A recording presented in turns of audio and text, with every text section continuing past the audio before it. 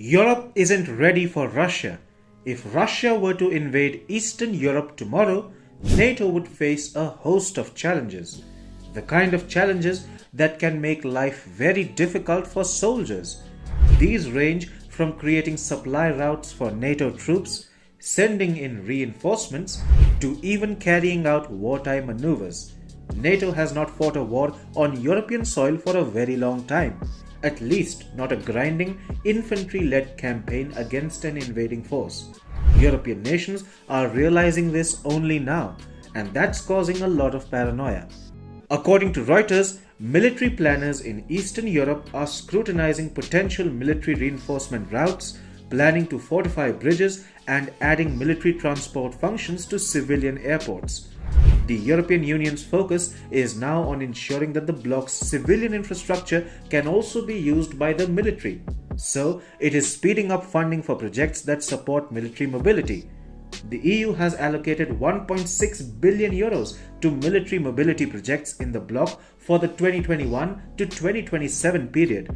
That's part of a bigger 33.7 billion euros Connecting Europe facility project that aims to support key infrastructure projects.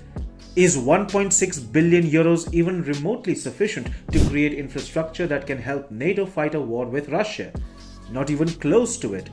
In fact, the European Commission, led by this person, had proposed 6.5 billion euros to start infrastructure work across the future frontline with Russia. What kind of problems does NATO face in Europe? Let's just say many. To begin with, NATO forces need to move a lot. A bulk of NATO forces aren't located in Eastern Europe, where a war with Russia will need to be fought. So, these troops will need to be transported to the front line. That's where the problem arises.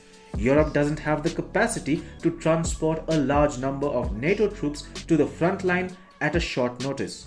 This is because there's a lack of rail capacity, the roads are too narrow and steep, and there isn't enough information about roads and bridges, showing an absolute lack of military preparedness. There's more. The European bureaucracy is a mountain which for NATO seems insurmountable. Red tapeism slows all initiatives, including military ones, which are of immediate importance. In 1991, NATO looked something like this. This was the time when the Soviet Union was collapsing. At the time, NATO gave verbal assurances to Russia that the military alliance will not expand eastward. That formed the entire basis of the Soviet Union getting broken into small Russian satellite states. By 1999, NATO looked like this. So, NATO broke its most important promise to the Soviet Union. Russia has been annoyed, angry, and aggressive ever since. By 2004, NATO expanded even more despite Russian opposition. This time, countries like Bulgaria, Estonia, Latvia, Lithuania, Romania, Slovakia, and Slovenia joined the alliance. In 2009, Albania and Croatia joined NATO. Then, in 2017, Montenegro joined NATO and North Macedonia followed in 2020. Now, NATO looks something like this. And soon, NATO will include these two countries, that's Sweden and Finland. Here's the problem with the way NATO looks now.